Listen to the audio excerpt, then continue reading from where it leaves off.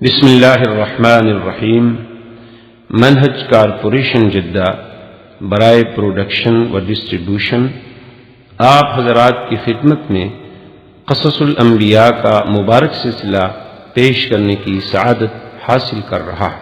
اب آپ اس مبارک سلسلے کا 7واں حلقہ سماعت فرمائیں۔ لیکن روایات میں یہ بھی موجود ہے کہ اس زمانے میں اب تک بھی ہے، عرب لوگوں میں مناطق کے حارہ میں جتنے گرم علاقے ہیں وہاں عورتوں کا بھی ختان ہوتا ہے۔ اسی لیے ایک روایت میں آتا ہے کہ ام عطیہ ایک عورت تھی جو ختان کرتی تھی، تو حضور پاک نے اس کو نصیحت کی کہ تم ختان تو کرتی ہو لیکن لا تنحکی، زیادہ نیچے نہ کاٹا کرو، زیادہ گہرا زخم نہ ہو، تھوڑا سا اوپر سے معمولی سا نقصہ ہے نا احزار الزوج، تاکہ وہ خامد کے لیے عورت جو ہے اور زیادہ پسندیدہ ہو جاتی ہے۔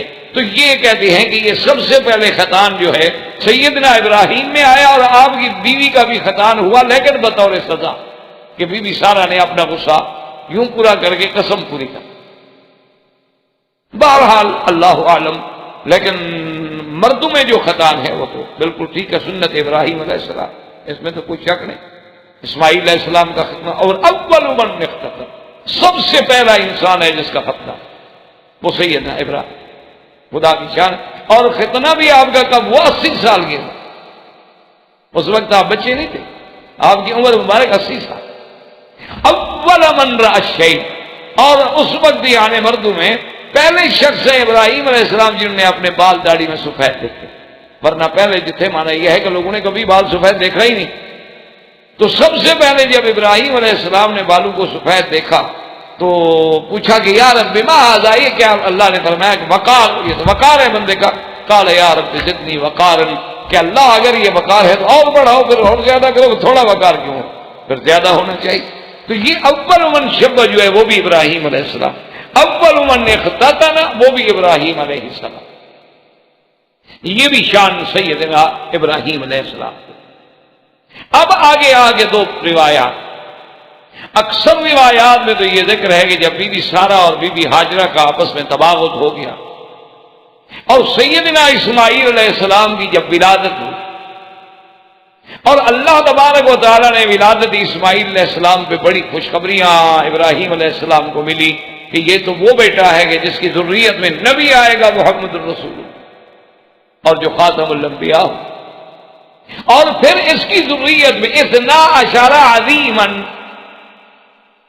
کہ 12 بڑے سردار گزرے، اور اسی کی تائید میں وہ حدیث مبارک ہے جو سرکار دو عالم سیدنا محمد الرسول اللہ صلی اللہ علیہ وسلم نے فرمایا کہ لا یزال الامر قائما، یہ دین کا حکم ٹھیک رہے گا، اور 12 خلیفہ امام جو ہے 12 خلیفے پیدا ہوں گے، اور کلہم من قریش، وہ سب کے سب ہوں گے قریش سے۔ جب قریش سے ہوں گے تو اولاد اسماعیل ہو گئی۔ اچھا، وہ 12 خلفاء جو ہیں، خلفاء 12، ایک تو ہمارے شیعہ حضرات نے 12 امام بنا رکھے ہیں نا، انہوں نے بھی 12 امام، اور پھر 6 امام، ان کے بھی یعنی 2 بڑے فرقے جو ہیں، ایک فرقہ 12 امام مانتا ہے، ایک 6 امام۔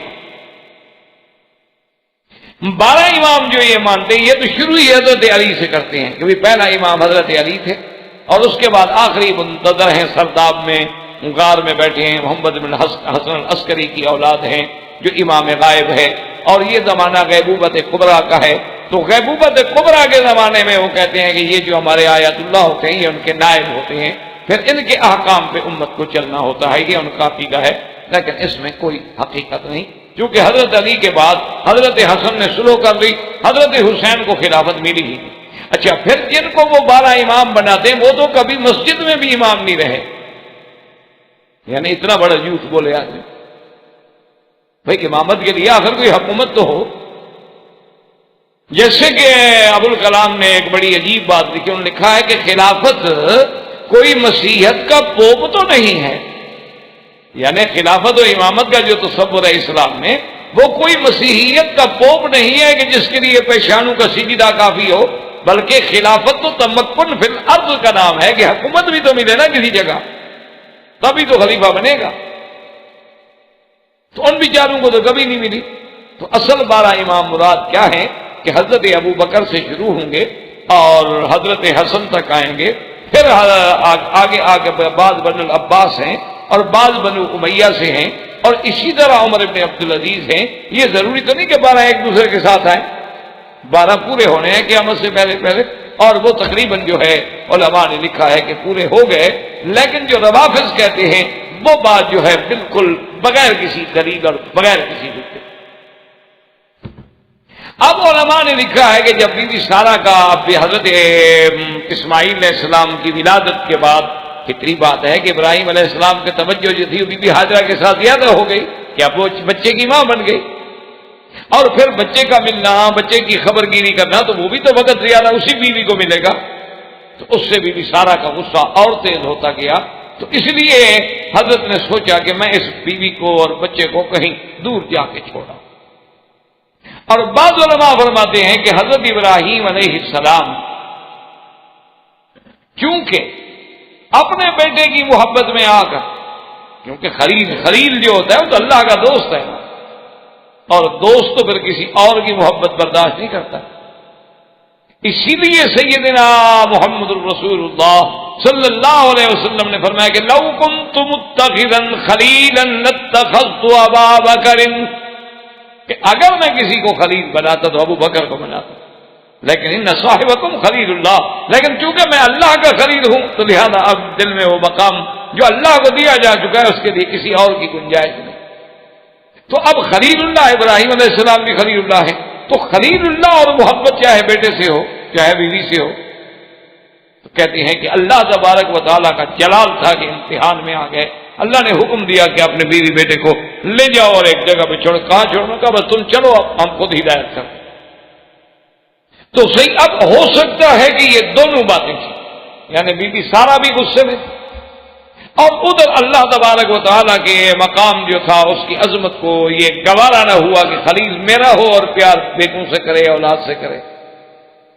تو دونوں باتیں جب جمع ہو گئیں، حکم ہوا، تو اب ابراہیم علیہ السلام اپنی بیوی کو اپنے بچے کو لے کے آئے، چلتے چلتے چلتے اللہ تبارک و تعالیٰ کے حکم کے مطابق جہاں اب اللہ کا کعبہ ہے اور اس کے سامنے جہاں زمزم کا کنواں ہے، اسی جگہ تھوڑی سی ایک اونچی جگہ تھی، اندتوہا فوق زمزم، اس مقام پہ آ کے انہوں نے سواری روک دی۔ اللہ کا حکم یہی تھا، وہیں اپنے بیوی بچے کو اتار، اور بات بھی یہی سمجھ آتی اور روایات سے تصدیق بھی یہی ہوتی ہے، ورنہ اللہ کا نبی اتنا کمزور نہیں ہو سکتا کہ ایک بیوی ناراض ہو جائے تو دوسری بیوی کو اتنا دور نکال دے، یہ تو شان نبوت کے خلاف۔ اور دوسری بات یہ ہے کہ یہ تو صحیح روایات میں موجود ہے کہ جب سیدنا ابراہیم الخلیل علیہ السلام نے اپنی بیوی اور بیٹے کو مکہ یہاں سرزمین کعبہ میں چھوڑا تو چلنے لگے تو سلام نہیں، بات نہیں، بتایا نہیں، تو بی بی صاحبہ تو دوڑی پیچھے کہ ابراہیم کیا کر رہے ہیں؟ تو اگر صرف بی بی سارہ کا غصہ ہوتا، اب تو بی بی سارہ نہیں دیکھ رہی، اب تو اپنی بیوی کو ملتے ہیں، اپنے بچے کو چومتے ہیں، ملتے ہیں، بات کرتے ہیں، بھی گھر میں لڑائی کا خطرہ تھا اس لیے میں نے آپ کو دور کر دیا ہے، آپ دور رہیں، وہ بھی دور رہیں، وہ شام میں ہوں گی، آپ مکے میں ہوں گی، میں آتا جاتا رہوں گا، جھگڑا نہ ہو۔ لیکن ابراہیم علیہ السلام تو بولتے بھی نہیں، چپ، کیونکہ اللہ نے حکم نہیں دیا بولنے۔ اسی لیے صحیح روایات کے اندر یہ بات موجود ہے کہ ابراہیم علیہ السلام چلتے گئے اور بی بی پیچھے دوڑتی گئی دوڑتی گئی دوڑتی گئی، حتیٰ کہ جنت المعلا جہاں اب قبرستان ہے، تو اس مقام تک جب پہنچی، ابراہیم علیہ السلام خاموش ہیں، تو بی بی صاحبہ کھڑی ہوئی اور نے کہا کہ اللہ امرک بہذا، ابراہیم یہ تو بتاؤ تمہارا ذاتی غصہ ہے یا اللہ کا حکم ہے؟ تم جو ہمیں چھوڑ کے جا رہے ہو بے وادن غیر عزیزہ، رہیں گے ایک ایسی وادی جہاں کچھ نہیں، جہاں پانی نہیں، جہاں زرع نہیں، جہاں جانور نہیں، جہاں کوئی بندہ نہیں بولنے والا، تو یہ کیا ہے؟ آپ کو اللہ نے حکم دیا ہے یا خود ناراض ہیں؟ تو اللہ نے حکم دیا کہ ابراہیم جواب دے دو، تو فرمایا کہ ہاں ان اللہ امرنی بہذا، میرے اللہ کا حکم۔ تو حدیث مبارک میں آتا ہے کہ بی بی صاحبہ فوراً رک گئی، کہ اذن لا یضیعنا، کہ اگر یہ اللہ کا حکم ہے تو پھر اللہ ہمیں ضائع نہیں کریں گے، اللہ ہماری حفاظت کریں گے۔ اور بعض روایات میں یہ بھی آتا ہے کہ بی بی نے کہا حسبنا اللہ ونعم الوکیل، کہا کہ ابراہیم اب جائے، ہمیں اب آپ کا کوئی فکر نہیں۔ بی بی صاحبہ واپس آ گئی، آپ کے پاس کیا ہے؟ ایک بچہ ہے، وہ بھی رضیع، دودھ پینے والا، اور ایک مشکیزہ ہے پانی کی، اور ایک مشکیزہ ہے اس میں کچھ ستو ہے، کچھ کھجوریں ہیں، یہ ذات راہ ہے۔ تو تھوڑا تھوڑا کر کے گزارا ہونے لگا، اور کتنے دن تک وہ پانی چل سکتا تھا؟ آخر وہ پانی جو تھا ختم ہو گیا۔ اب جب پانی ختم ہو گیا، کان اسماعیل یتلبسو، روایت میں آتا ہے کہ اسماعیل علیہ السلام پلٹیاں کھانے لگے، پیاس۔ یہ واقعات پڑھ لینا یا کسی سے سن لینا تو کوئی ایسی بات نہیں، ضرورت اس بات میں ہے کہ اس میں تفکر کریں کہ وہ کیا وقت ہوگا کہ اس کعبۃ اللہ میں نہ عمارت ہے نہ کعبہ ہے، اور سب سے بڑی بات یہ ہے کہ میلوں تک کالے کالے پہاڑے، کوئی بندہ نہیں، ایک اکیلی عورت بیٹھی ہو، کیا مقام کیا ہوگا، اس پہ گزری کیا ہو۔ اسی پہ ذرا آپ تصور کریں نا جی، آپ اپنے فلیٹ میں ہوتے ہیں، بچے چلے جائیں نا تو کئی دن تک بندے کو نیند نہیں آتی، اکیلا سو رہا ہے بندہ، 2 دفعہ آدمی چیک کرتا ہے بھی دروازے بند ہیں، لاک ہیں، کیا ہیں، اب اکیلا سو رہا ہوں، بھائی انسان ہے، سو گیا، پتہ نہیں کیا ہوگا۔ تو سیدہ ہاجرہ کا مقام عظمت دیکھیں کہ ایک اکیلی عورت ہے، ایک دودھ پینے والا بچہ ہے، اور اللہ پہ کتنا بڑا یقین۔ یہ تو دین کے لیے عورتوں کی قربانیاں تھیں۔ اسی لیے اب آپ ہم دیکھ لیں کہ بھی ہم حج پہ آتے ہیں، کیا ہماری بیٹیاں، ہماری بہنیں، ہمارے گھر والے لوگ، ہمارے عزیز و اقارب، کیا وہ عورتیں بھی اتنی مشقت برداشت کرنے کے لیے تیار ہیں اس کعبۃ اللہ کے لیے، اس گھر کے لیے، اس حج کے لیے، اس دین کے لیے؟ اتنا بڑا امتحان جو اٹھایا جا رہا ہے، کوئی بات تو نہیں ہے آسان سی۔ اب بیٹا تڑپ رہا ہے، پانی کوئی نہیں، آپ بتائیں کہ جناب ایک عورت کہاں جائے، اور پھر اولاد ہے۔ تو سب سے قریب ترین پہاڑ جو تھا وہ جبل صفا، تو بی بی صاحبہ دوڑ کے صفا پہ چڑھی کہ دور کہیں نظر ڈالوں، شاید کوئی اڑتے ہوئے پرندے نظر آ جائیں۔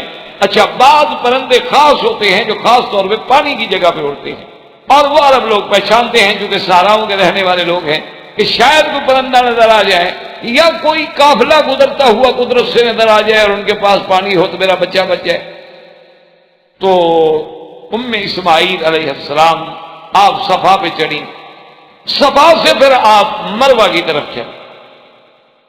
اب صفا اور مروہ کے درمیان میں جہاں انہوں نے سبز بتی کا نشان لگا دیا ہے، یہ جگہ تھی نیوی۔ اب باقی جگہ جو تھی وہ اونچی تھی، وہاں سے تو اسماعیل علیہ السلام نظر آتے تھے۔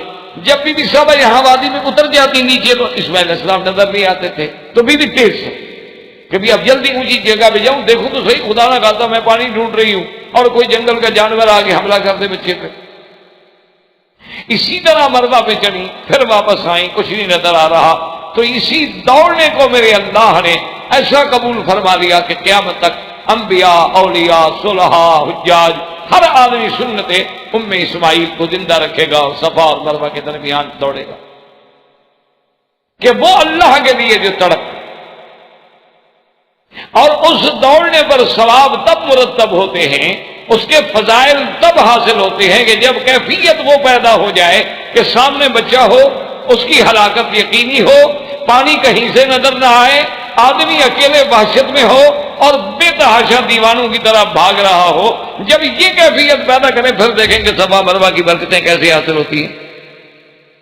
اب تو ٹھیک ہے، ایک سنت ہے، ادا ہو جاتی ہے، آدمی پوری کر لیتا ہے، اب تو اے سی ہے، ایئر کنڈیشن ہے، راحت ہے، آرام ہے، اس کے بعد بھی آدمی کہتا ہے جی بہت رش ہے، اس دفعہ تو بہت تکلیف ہوئی، چلو جی اوپر دوڑ لیں گے، اس سے اور اوپر دوڑ لیں گے۔ لیکن وہ کیفیت جب تک پیدا نہ ہو، فضائے بدر پیدا کر، وہ کیفیت پیدا کرو تو رحمت آئے نا۔ تو اس لیے بی بی صاحبہ دوڑی، اور اسی دوڑ میں تھی کہ آواز آئی۔ جب آواز آئی تو بی بی صاحبہ رک گئی۔ بی بی صاحبہ کے رکنے پر بی بی صاحبہ کھڑی ہو گئی، نے کہا کون ہو؟ اگر تمہارے پاس کچھ ہے تو باتیں کرو، سامنے آؤ۔ تو پھر آواز آئی کہ بی بی صاحبہ آپ نہ گھبرائیں، آپ اپنے بچے کے پاس تو آئیں۔ تو جب بچے کے پاس آئیں تو کیا دیکھتے ہیں کہ حضرت اسماعیل کے پاؤں ہل رہے ہیں۔ اللہ نے حکم دیا کہ جبرائیل جس جگہ میرے نبی اسماعیل علیہ السلام کے پاؤں ہل رہے اسی جگہ پر مارو، نہیں تو چشمہ نکلے۔ تو اس لیے روایات میں یہ آتا ہے کہ یہ مائے زمزم جو ہے اس میں اللہ نے بڑی عظیم رحمتیں جمع کی ہیں کہ ایک تو جبریل علیہ السلام کا پر لگا اور ایک اللہ کے نبی کے پاؤں لگے، اور پھر تیسری بڑی نعمت یہ ہے کہ ایک دفعہ حضور پاک نے خود ڈول منگوا کے پیا اور اپنا لعاب دہن ڈالا اور پھر زمزم میں ڈال دیا، تو وہ برکتیں بھی شامل ہو گئیں زمزم میں۔ تو اب پانی نکلا، جب پانی نکلا تو بی بی صاحبہ نے جلدی جلدی پتھر جو پڑے تھے نا لے کے روکنا شروع کیا، زم زم زم زم، ٹھہر جا ٹھہر جا ٹھہر جا، اور ہاتھوں سے لے کے اس مشکیدے میں بھرنے کی کوشش کی۔ تو حضور پاک نے فرمایا یرحم اللہ ام اسماعیل، اللہ اسماعیل کی اماں پہ رحمت فرمائیں، اگر وہ ایسا نہ کرتی لکان عینا معینا، یہ تو ایک نہر جاری ہو جاتی دنیا، لیکن اللہ کو یہی منظور تھا، اللہ کی حکمت ہے اسی میں۔ تو اسی اثنا میں جب پانی کا انتظام ہو گیا، اس وقت کعبۃ اللہ کی کوئی عمارت نہیں، کعبۃ اللہ جو ہے وہ ایک ٹیلے کی شکل میں تھا، ایک اونچا ٹیلا بن گیا تھا، اور باہر سے جب برسات کے پانی گرتے تھے، کوئی ادھر سے چلا گیا پانی، کوئی ادھر سے چلا گیا، درمیان میں ایک ٹیلے کی کیفیت میں تھا، کوئی عمارت نہیں۔ کچھ دنوں کے بعد قبیلہ جرہم میں اسفل مکہ تھا، یعنی مکے کا جو نیچے کا حصہ ہے، بسم اللہ یوں سمجھ لیں یہ نیچے کا حصہ ہے، قدا جو ہے نیچے کا حصہ ہے، تو ادھر قدائی والی جانب، قدا والی جانب جو ادھر سے جب گزرا اور وہ پڑاؤ کیا انہوں نے، جیسے قافلے اونٹوں کے چلتے تھے نا جی، پھر ایک رات کو چلتے چلتے تھک گئے، سیر سو گئے، پھر صبح کی تہجد کے وقت پھر چل پڑے، پھر گرمی ہوئی تو پھر بیٹھ گئے، تو انہوں نے دیکھا کہ ایک پرندہ اڑ رہا ہے جو عام طور پر پانی پہ ہوتا ہے، تو انہوں نے اپنے لوگوں سے کہا بھی یہاں تو ہم نے کبھی پانی نہیں دیکھا، یہ کیسا پانی ہے، پتہ تو کرو۔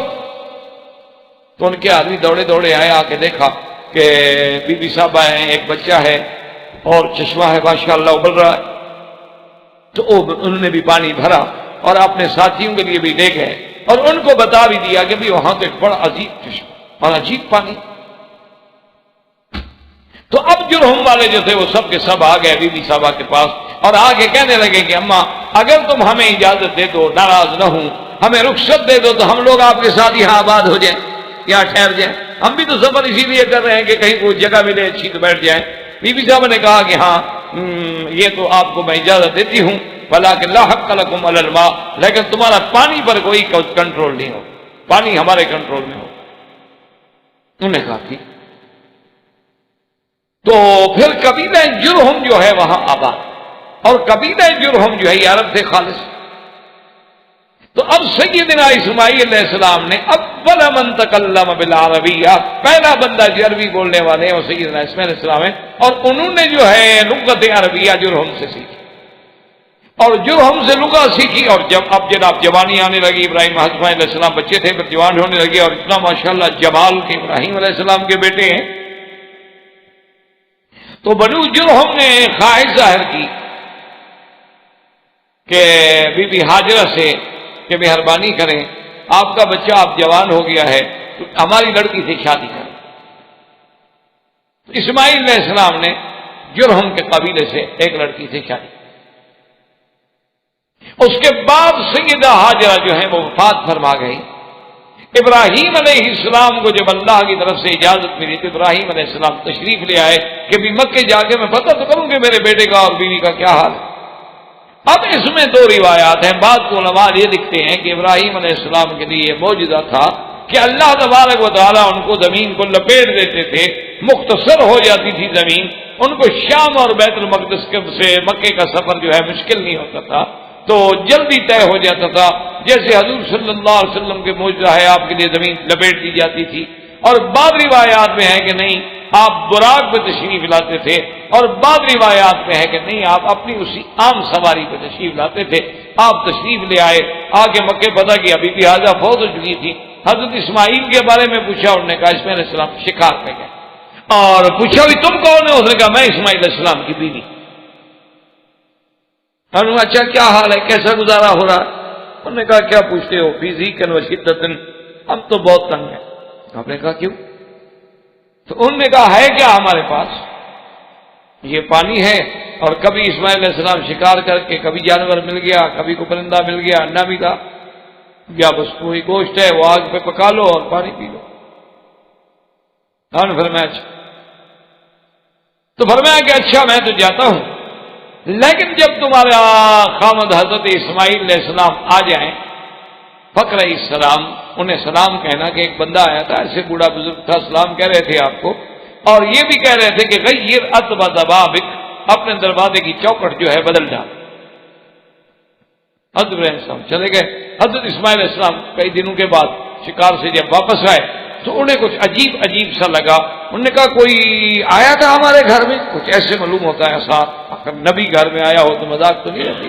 حضور پاک جہاں سے گزر جاتے تھے، صحابہ کہتے ہیں میں پوچھنا نہیں پڑتا تھا، وہ گلیاں خود بتاتی تھی کہ حضور یہاں سے گزرے، خوشبو ہوتی تھی۔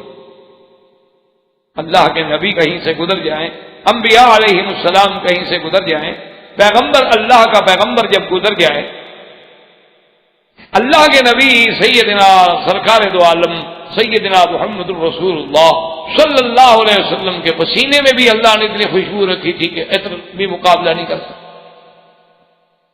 تو سیدنا ابراہیم الخلیل چلے گئے، واپس آئے، اسماعیل علیہ السلام پوچھا، انہوں نے کہا کہ ہاں ایک بزرگ آئے تھے، ایسے سفید ریش تھے، اور انہوں نے آ کے ہم سے پوچھا تھا، خیرافیت پوچھی، آپ کا پوچھا، میں نے بتایا کہ ہمارے ساتھ تو اسی طرح بس ما عندنا الا الماء واللحم، اور انہوں نے کہا کہ اچھا ہو گئی، پیغام کوئی بات تو نہیں کہہ کے گئے؟ انہوں نے کہا انہوں نے یہی کہا تھا کہ جب تمہارا شوہر آ جائے تو میرے سلام کہہ دینا اور کہنا غیر اتبا ضبابک، اپنے دروازے کی چوکٹ کو بدل جا۔ کہا اچھا۔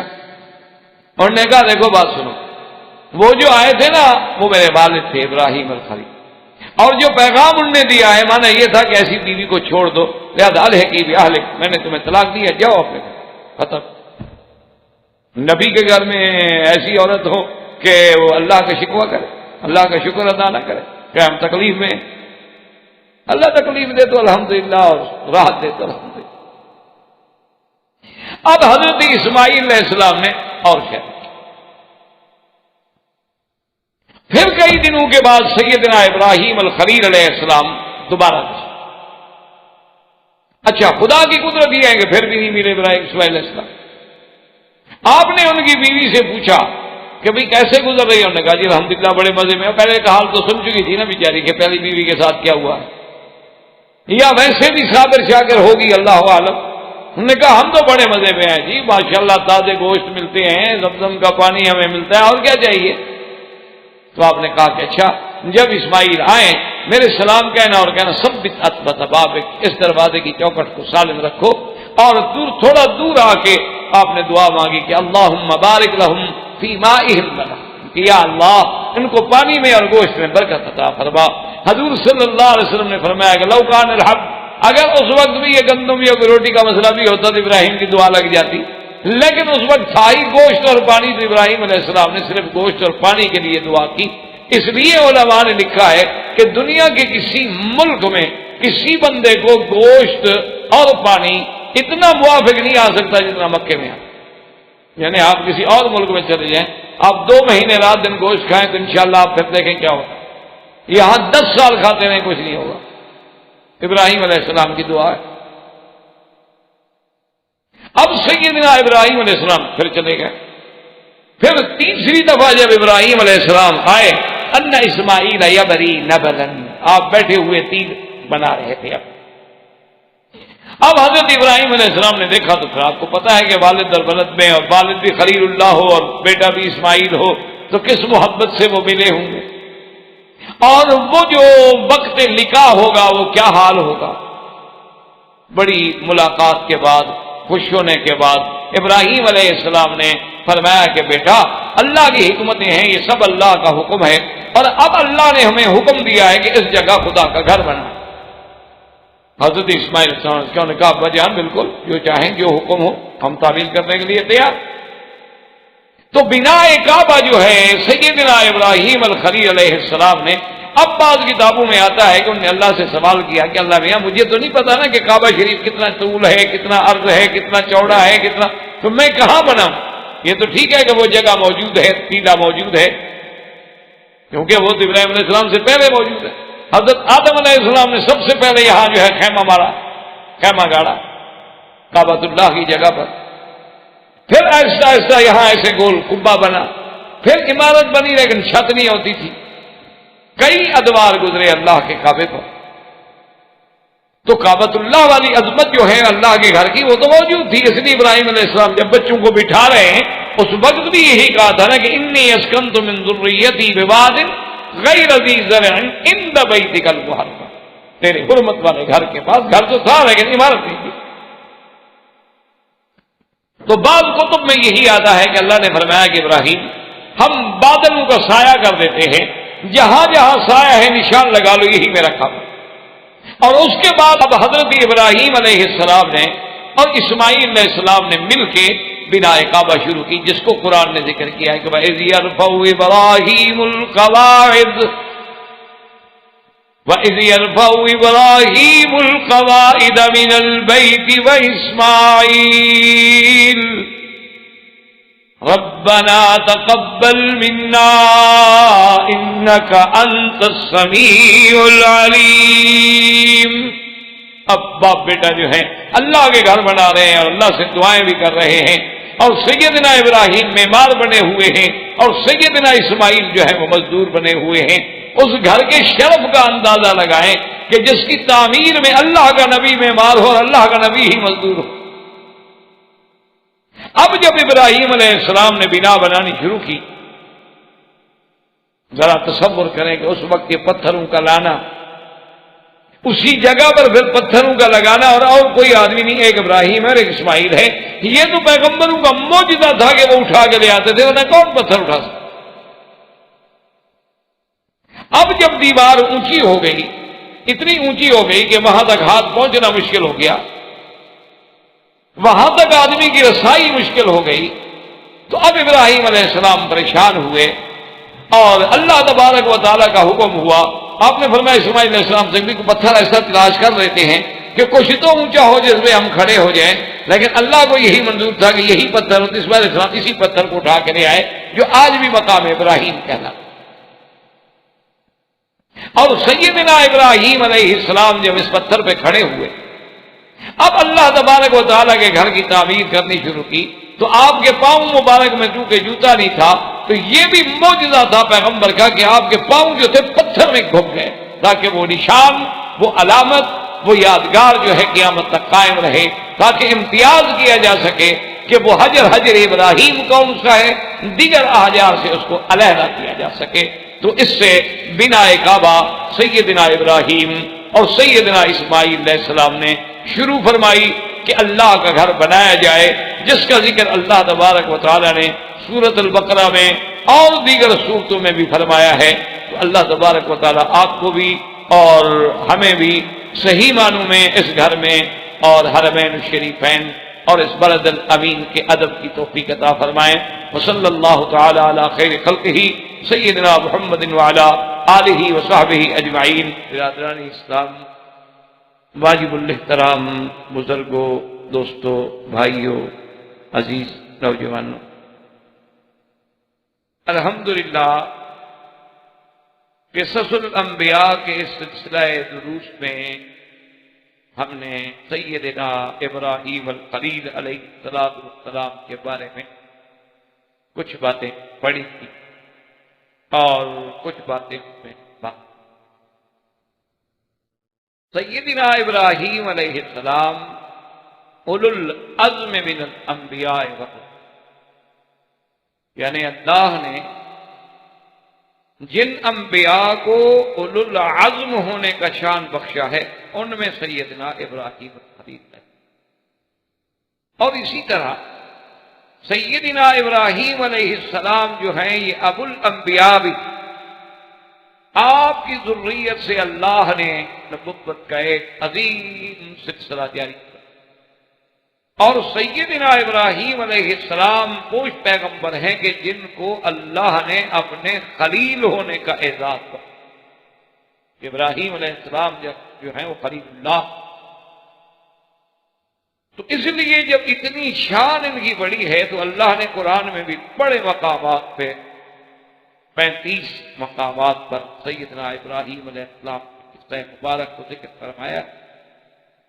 اور اسی ضمن میں سیدنا ابراہیم علیہ السلام جو ہیں وہ بڑے بڑے عظیم امتحان اس لیے ایک عرب کے اسکالر نے، ایک عرب کے بہت بڑے مورخ نے بڑی عجیب بات لکھی ہے اپنی زبان میں. اس نے کہا ہے کہ ابراہیم علیہ السلام وہ انسان ہے الذی بدل نفسہ للنیران وبدل ولدہ للقربان ومالہ للضیفان. انہوں نے کہا کہ سیدنا ابراہیم ان لوگوں میں کہ جس نے اللہ کے لیے اپنے نفس کو تو آگ کے لیے بھی پیش کر دی، اپنے بیٹے کو ذبح کے لیے پیش کر دیا، اور اپنے مال کو ضیف اور مہمانوں کے لیے پیش کر دیا، جس نے سب کچھ لٹا دیا اللہ. تو ہم اس مقام پہ تقریباً پہنچے تھے جہاں تک مجھے یاد ہے کہ سیدنا ابراہیم علیہ السلام اپنے بچوں کو جب چھوڑ گئے اور 2 دفعہ تشریف لے آئے، اور اسماعیل علیہ السلام کی والدہ فوت ہو گئیں. اب اسماعیل علیہ السلام جوانی کی طرف بڑھے تو اللہ کے حکم سے ابراہیم علیہ السلام جب دوبارہ تشریف لے آئے تو انہیں بناء کعبہ کا اللہ کے گھر بنا رکھا. اب اس وقت مکہ کچھ آباد ہو چکا تھا، قبیلہ جرہم وہاں مستقل رہائش پذیر ہو چکا. سیدنا اسماعیل علیہ السلام کی ان سے قرابت بھی ہو گئی، رشتہ داری بھی ہو گئی، آپ نے عربی بولنا بھی انہیں سے سیکھا. اب جب اسماعیل علیہ السلام کے پاس ان کے ابا سیدنا ابراہیم الخلیل علیہ السلام تشریف لائی، اس وقت ہے جب آپ کی بیوی یعنی ہاجرہ، کیونکہ سیدنا اسماعیل جو ہیں یہ بی بی ہاجرہ کی، اور سیدنا اسحاق جو ہیں وہ بی بی سارہ کے بعد. اللہ نے حکم دیا کہ میرے گھر کی تعمیر. اب مفسرین کرام نے لکھا ہے کہ پھر اس گھر کے بارے میں چونکہ سیدنا ابراہیم علیہ السلام کو تو پتہ ہی نہیں تھا، ایک ٹیلہ تو یہاں موجود تھا، وہ تو حضرت نوح علیہ السلام کے زمانے میں جب طوفان آیا تب بھی کعبۃ اللہ ایک ٹیلے کی شکل میں موجود تھا، اور وہ کشتی جو ہے تقریباً 41 دن تک طواف کرتی رہی اللہ کے کعبے کا. اور جب حضرت آدم علیہ السلام تشریف لائے تو ایک کبے کی شکل میں جیسے خیمہ لگاتے ہیں آپ نام، اسی طرح کا ایک خیمہ انہوں نے بھی بنایا کعبۃ اللہ کی علامت کے اللہ کا گھر ہے. لیکن اس سے پہلے بھی اللہ کے حکم سے فرشتے اس گھر کو بنا چکے تھے. اس گھر کی تعمیر میں کئی ادوار گزرے. اللہ کے حکم سے فرشتوں نے بنایا، پھر آدم علیہ السلام نے بنایا، پھر ادریس علیہ السلام کے زمانے میں کعبۃ اللہ کو بنایا گیا، اور پھر یہ ختم ہو گیا طوفان نوح میں. پھر ایک ٹیلہ تھا سیدنا ابراہیم علیہ السلام کے زمانے میں تعمیر ہوا. سیدنا ابراہیم علیہ السلام کی تعمیر کے بعد پھر زمانہ قریش میں جبکہ سرکار دو عالم صلی اللہ علیہ وسلم کی عمر 25 سال تھی، اس وقت بھی کعبۃ اللہ تعمیر ہوا. پھر حضور صلی اللہ علیہ وسلم کے بعد عبداللہ ابن الزبیر جب مکے پہ حاکم بنے تو انہوں نے حضور کی تمنا کے مطابق پھر کعبۃ اللہ کی تعمیر کی. عبداللہ ابن الزبیر کی شہادت کے بعد پھر حجاج بن یوسف نے دوبارہ اس تعمیر کو قریش کی تعمیر پہ بدل دیا. باقی جہاں تک مرمت کا تعلق ہے وہ تو ہر دور میں ہوتی رہی، جیسے اب بھی ماشاءاللہ اس حکومت کے رشیدہ کے دور میں بھی بڑی زبردست کی اندر سے اور باہر سے اور حتیق سے اور دروازہ مبارک اور چھت مبارک یعنی بے انتہا کام ہوا. تو اللہ نے جب حکم دیا تو سیدنا ابراہیم علیہ السلام نے اس وقت کعبۃ اللہ بنایا. اور آپ تصور کریں کہ اس وقت کعبۃ اللہ کا معمار، معلم، مستری، انجینئر جو بھی سمجھ رہے وہ صرف سیدنا ابراہیم ہیں، اور مزدور کون ہے؟ اسماعیل. یعنی اس گھر کی عظمت کا اندازہ لگائیں کہ جہاں اللہ کے پیغمبر، اللہ کے نبی جو تھے وہ معلم بھی تھے، مزدور بھی. اب مسئلہ یہ تھا کہ ابراہیم علیہ السلام کو کعبۃ اللہ کے طول عرض کا عمق کا پتہ نہیں تھا کہ بھی کتنا طول ہو، کتنا عرض ہو، کہاں تک کعبۃ اللہ گیا تھا. وہ تو ایک ٹیلہ تھا، سیل آتی تھی اور مٹی کٹھی ہوتی گئی ایک ٹیلہ بن گیا. اب اس کے بارے میں تاریخ میں 2 باتیں آتی ہیں، کسی حدیث مبارک میں تو ذکر نہیں، اور نہ ہی اللہ تبارک و تعالیٰ نے قرآن مقدس میں اس کا ذکر کیا ہے. مقصود ہی نہیں، مقصد تو صرف یہ تھا کہ ابراہیم علیہ السلام نے کعبہ بنایا بس. اب اللہ کا قرآن ان تفاصیل میں تو نہیں جاتا نا کہ وہ کعبۃ اللہ جو بنا تو اس کا طول کیا تھا، اس کا عرض کیا تھا، اس کی اونچائی کیا تھی، اس کے دروازے کتنے تھے، اس میں کن کن پہاڑوں کا پتھر لگایا گیا، پتھر کتنے لمبے تھے، چوڑے تھے.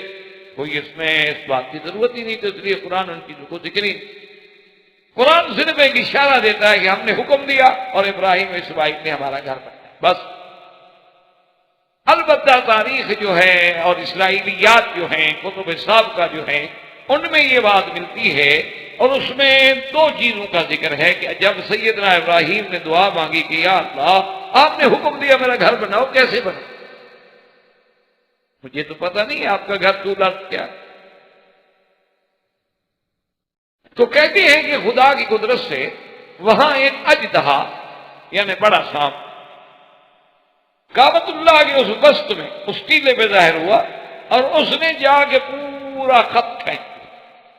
آپ دیکھیں نا، جب سانپ چلے تو نیچے نشان تو بن جاتا ہے، پورا اس نے جا کے ایک دائرہ کھینچ دیا، تو اشارہ ہو گیا کہ یہی جگہ ہے، اسی پہ تعمیر کریں۔ اور دوسری روایت میں یہ آتا ہے کہ اللہ تبارک و تعالیٰ نے بادلوں کو حکم دیا، سحاب کو حکم دیا کہ اتنی جگہ پہ سایہ، اور ابراہیم علیہ السلام کو حکم دیا گیا کہ جہاں جہاں سایہ ہے وہاں نشان لگا دو، یہ میرا گھر ہے۔ اور یہ بات اقرب بھی ہے، اس لیے کہ سرکار دو عالم صلی اللہ علیہ وسلم سیدنا محمد الرسول اللہ صلی اللہ علیہ وسلم کی صفات میں، آپ کی شان مبارک میں جہاں اور باتوں کا ذکر ہے، وہاں یہ بات بھی ملتی ہے کہ آپ پر بادل سایہ کرتے تھے۔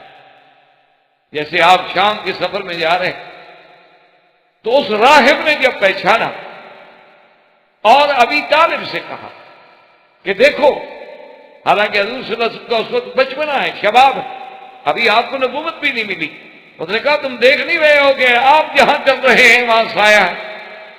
اور حضور صلی اللہ علیہ وسلم جب ایک درخت کے نیچے آ کے بیٹھے تو آپ سے پہلے چونکہ ساتھی بیٹھ چکے تھے اور سائے والی جگہ سب دوستوں نے قبضہ کر لی تھی، تو حضور اس جانب بیٹھ گئے جہاں دھوپ تھی، کسی ساتھی کو تکلیف نہیں دی کہ بھئی تم اٹھ جاؤ یا میرے لیے جگہ بناؤ۔ تو جب حضور بیٹھے تو سایہ حضور کی طرف ڈھل گیا، اب وہ دھوپ میں بیٹھے ہیں اور حضور صلی اللہ علیہ وسلم سائے میں بیٹھے۔ انہی چیزوں سے ہمارے ملکوں میں، انڈو پاک میں، بنگلہ دیش میں اور بھی دیگر مسلمان ملکوں میں ایک بڑی عجیب سی بات چل نکلی ہے کہ اللہ کے نبی کا سایہ نہیں تھا۔ یہ ایک بڑی مشہور بات ہے، وہ دراصل یہی دھوکہ ہے لوگوں، اور اس سے وہ نعوذ باللہ پھر محبت میں بڑھتے بڑھتے شرک میں چلے جاتے ہیں کہ جب سایہ نہیں تو مانا یہ ہے کہ وہ بشر نہیں تھے، انسان کا تو سایہ ہوتا ہے، تو اللہ کے نبی کا جب سایہ نے مانا ہے کہ خدا تھا، وہ اسی سے پھر شرک میں بڑھتے۔ حالانکہ بعض کتابوں میں جو ذکر آتا ہے نا کہ حضور صلی اللہ علیہ وسلم پہ سایہ نہیں تھا، مانا یہ ہے کہ آپ جب پیدا ہوئے تو والد پہلے فوت ہو گئے، والد کا بھی سایہ نہیں تھا۔ آپ کے پیدا ہونے کے بعد ابھی بچپنا تھا، 7 سال کی عمر تھی کہ والدہ فوت ہو گئی، والدہ کا بھی سایہ نہیں تھا۔ حضور صلی اللہ علیہ وسلم کی ابتدائی تربیت جو ہے اور خدمت کے لیے عبد المطلب آئے، وہ بھی فوت ہو گئے۔ ابھی طالب کا دور آیا تو غربت کا دور ہے، اور حضور صلی اللہ علیہ وسلم کے لیے بادلوں کا بھی سایہ کر دیا گیا۔ تو اس لیے بعض علماء اس محبت میں لکھتے ہیں کہ اللہ نے اپنے نبی کو کسی بندے کے سائے میں نہیں رکھا، اللہ نے انہیں تو اپنے سائے میں رکھا، اپنی تربیت میں رکھا کہ اگر بچہ اچھا ہو تو بعض کہتے ہیں جی والدین کا کمال ہے، بچہ اچھے امتحان میں نمبر پاس کر لے تو کہتے ہیں جی ماشاءاللہ استاد بڑے قابل۔ اللہ نے فرمایا ہم اپنے نبی کے ذکر میں یہ ایسی کوئی بات رہنے بھی نہیں دیتے تاکہ ان کی تربیت کا براہ راست میری ذات کے ساتھ تعلق ہو کہ علم یجد کا یتیمن فآ، ہم نے آپ کو حفاظت کی، ہم نے تربیت کی، تاکہ جو بھی اعزاز ملے وہ میرے نبی کو ملے، وہ کسی باپ کی طرف، دادے کی طرف، چاچے کی طرف، استاد کی طرف، معلم کی طرف منتقل ہی نہ ہو سکے، بلکہ النبی الامی کسی کے پاس نہیں پڑھے اور ساری دنیا کو پڑھا دیا۔ اس لیے ہمیشہ یاد رکھیں کہ بعض علماء نے یہ لکھا ہے کہ وہاں صحاب کا سایہ تھا، وہیں سیدنا ابراہیم علیہ السلام نشان لگا لی، اس کے بعد تعبیر کی۔ اب جب پتھر لگاتے رہے، اور یہ بھی بعض روایات میں ملتا ہے کہ اس میں جو ہے کعبۃ اللہ میں مختلف پہاڑوں سے پتھر لائے گئے، جیسے جبل کہتے ہیں زیتا ہے، جبل سینا ہے، جبل جودی ہے، جبل لبنان ہے، جبل کعبہ ہے، لیکن یہ ساری باتیں اسرائیلی روایات سے ملتی ہیں. ہمیں یہ بات کسی یعنی صحیح روایت سے نہیں ملتی کہ اتنی دور سے پتھر لانے کی کیا ضرورت تھی، جبکہ مکہ شریف کے ارد گرد تو اپنے ذاتی پہاڑ موجود ہے. اور نہ کسی دور میں ایسا پتھر دیکھا گیا ہے کہ جی اس میں سنگ مرمر لگایا گیا ہو، یا سنگ ساماک لگایا گیا ہو، یا سنگ احمر لگایا گیا ہو، یا کوئی خاص ٹھنڈا پتھر لگایا گیا. آپ سادہ پتھر ہے جو آپ دیکھتے ہیں جب ایام حج میں غلاف مبارک اٹھ جاتا ہے سامنے ظاہر واضح سب دیکھ رہے ہوتے ہیں، آپ بھی دیکھتے ہیں، آپ بھی دیکھتے ہیں. اور بڑے بڑے پتھر ہیں، ان کی یعنی پیمائش بھی برابر نہیں، کوئی بڑا ہے کوئی چھوٹا ہے، کوئی بڑا ہے کوئی چھوٹا ہے. اللہ کی کیا. تو جب سیدنا ابراہیم الخلیل علیہ السلام نے اس کعبۃ اللہ کی بنا کی، تو جب تھوڑا سا وہ پہاڑ اونچا، کعبۃ اللہ کی دیواریں اونچی ہو گئی، تو اب سیدنا ابراہیم الخلیل علیہ السلام جو ہیں وہ یعنی پتھر نہیں پہنچا سکتے تھے. تو آپ نے فرمایا حضرت اسماعیل سے کہ بھائی کوئی پتھر تلاش کرے. تو سیدنا ابراہیم علیہ السلام نے بھی تلاش کیا اور اسماعیل علیہ السلام نے بھی تلاش کیا، لیکن کتابوں میں یہ بات موجود ہے کہ یہ بھی خاص ایک پتھر ہے جیسے اللہ نے حجر اسود کو بھیجا جنت سے، اسی طرح یہ مقام ابراہیم کا پتھر جو ہے یہ بھی جبریل علیہ السلام. اور اس پتھر کی خصوصیت یہ تھی، اللہ نے اس میں ایسی شان رکھی تھی. دیکھیں نا جی آج تو دنیا کتنا ترقی کر گئی، جدید ٹیکنالوجی میں کہاں آگے بڑھ گئی، چاند پہ ڈیرے ڈال رہی ہے. اب تو ایسی مشینیں نکل آئی ہیں کہ آپ ان کو بٹن دیں، حسب ضرورت وہ اونچی ہو جائیں گی، حسب ضرورت نیچی ہو جائیں گی. لیکن کمال تو یہ ہے کہ نہ مشین ہو، نہ اس کے چلانے کے لیے کسی چلانے والے آپریٹ کرنے کی کسی ضرورت ہو، نہ کوئی ڈرائیور ہو، اور سیدنا ابراہیم خود کھڑے ہو جائیں، حکم کرے پتھر اونچا ہو جائے، حکم کرے خود بخود نیچے ہو جائے. کمال تو یہ ہے. یہ کون سا کمال ہے؟ یہ تو اسباب ہیں، یہ تو اسباب ہوئے نا جی. ایک مشین ہے، اس کو پھر جناب چلانے کے لیے اور مشینیں ہیں، پھر اس کو آپریٹ کرنے کے طریقے ہیں، پھر آپ اس کے اوپر بیٹھتے ہیں. اچھا اگر بعض الیکٹرک پہ چلنے والی ہے، بجلی بند تو مشین کھڑی ہے کام نہیں کرتی. بعض کے چلانے کے لیے بیٹری ہے، بیٹری ڈاؤن ہو گئی تو خلاص مشین کھڑی ہوئی ہے کام نہیں کرتی. لیکن یہ معجزہ انبیاء ہے، اسی کا نام معجزہ ہے کہ ہر وہ کام جو ساری دنیا کو عاجز کر دے وہ اللہ کے نبی کے ہاتھ پہ ہو جائے، اسی لیے اس کو کہتے ہیں معجزہ.